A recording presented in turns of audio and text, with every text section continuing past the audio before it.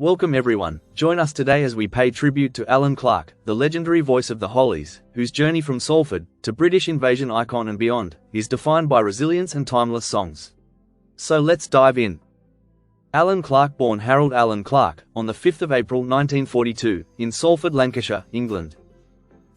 Born into a bustling working-class family, Allan grew up in a small terraced house, with 3 rooms up and 3 down, with his mum, dad, 4 sisters, a brother, and his grandmother. The home had only one cold tap, an outside toilet, and a tin bath in the cellar. Yet despite these modest surroundings, Allan remembers a happy upbringing, filled with laughter, music, and the resilience of post-war Britain. His father, a labourer, who returned from the war and immediately went out in search of work, instilled in him the importance of hard graft. By the time Allan was 21, he'd already spent 7 years doing various jobs, including an apprenticeship at Kenyon's in Manchester, where he made road lamps for just under £2 a week. But music was always where his heart truly lay.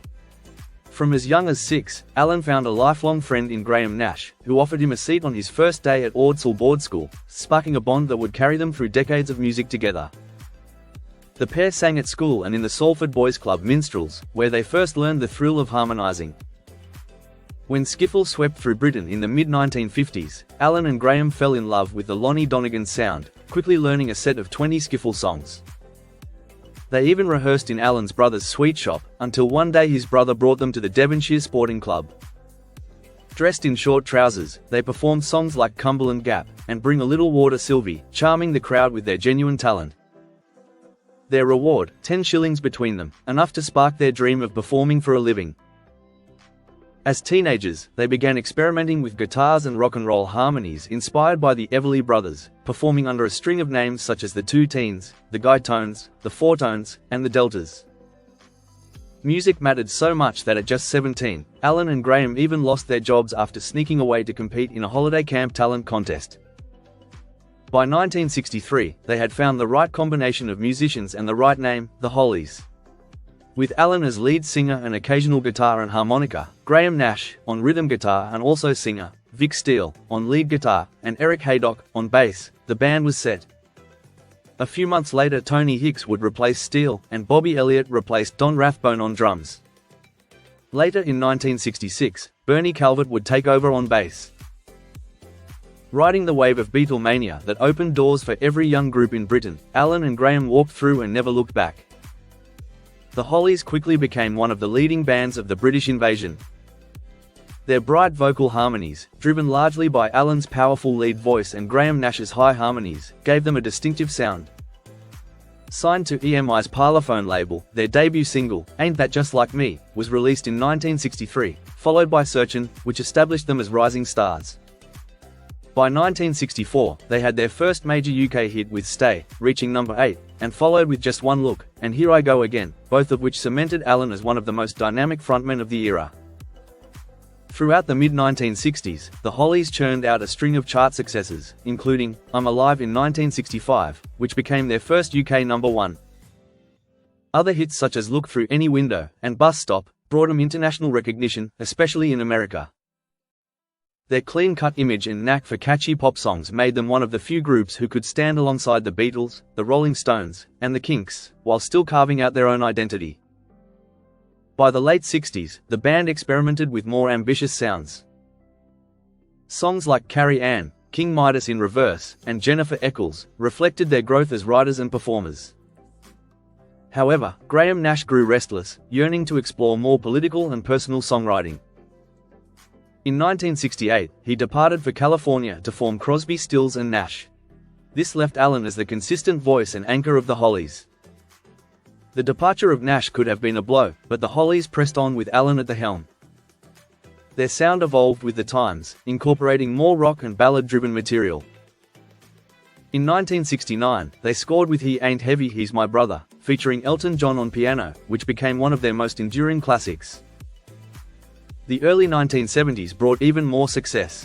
In 1972, Long Cool Woman in a Black Dress, sung and co-written by Allan, released after he took a hiatus from the band, became a massive hit in the United States, reaching number 2 on the Billboard Hot 100.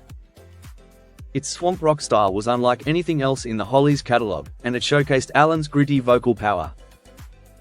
Another highlight came with The Air That I Breathe, in 1974, a sweeping ballad that remains one of their most beloved songs worldwide. During this period, Allan briefly left the Hollies in 1971 to pursue a solo career. He released the albums My Real Name Is Harold in 1972, Headroom in 1973, and Allan Clarke in 1974. While they earned him respect as a solo artist, he returned to the Hollies later in 1973, reaffirming his central role as the band's lead singer. The band's popularity carried through the decade, though changing musical tastes meant their chart success became less consistent. Still, songs like Star and Soldier's Song kept them relevant, and Allan's voice remained the defining element of their sound. By the 1980s, the Hollies were recognized less for chart dominance and more for their status as legends of British pop.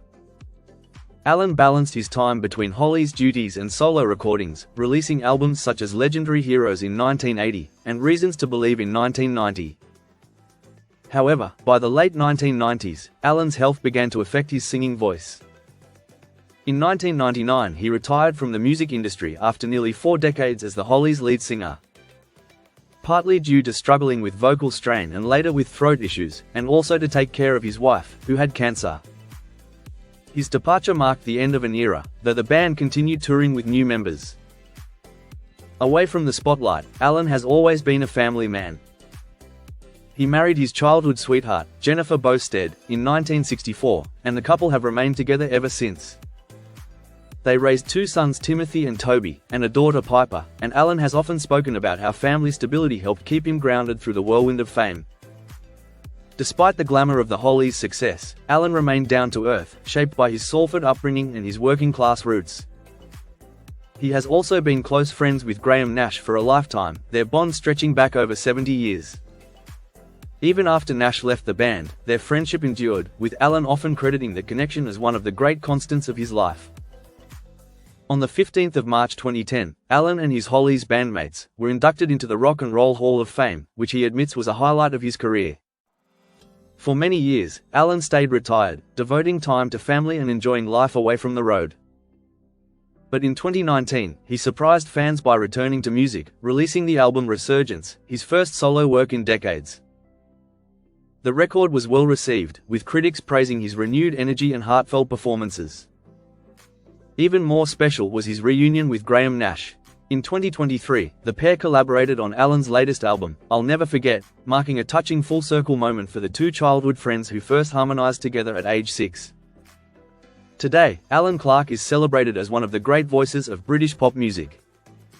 As co-founder and longtime frontman of the Hollies, his soaring vocals defined classics like Bus Stop, Carry On, He Ain't Heavy He's My Brother, Long Cool Woman in a Black Dress, and The Air That I Breathe. With over 30 charting singles in the UK and recognition around the world, Allan's contribution to music is immense. After several decades in the industry, Allan remains proud of his legacy and grateful for the journey, from humble beginnings in Salford to worldwide fame.